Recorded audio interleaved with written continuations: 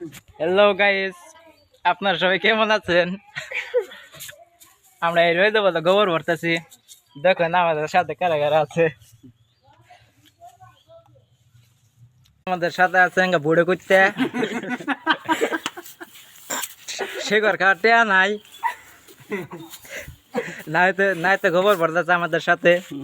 তারপরে যা আছে আন্দুর পালগা, যে ট্র্যাক্টরের ড্রাইভার,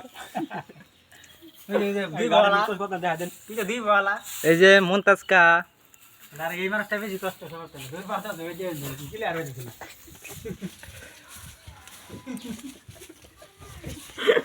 আমাদের সাথে এই যে আমাদের গাড়ি ড্রাইভার জলিনা খাতুন।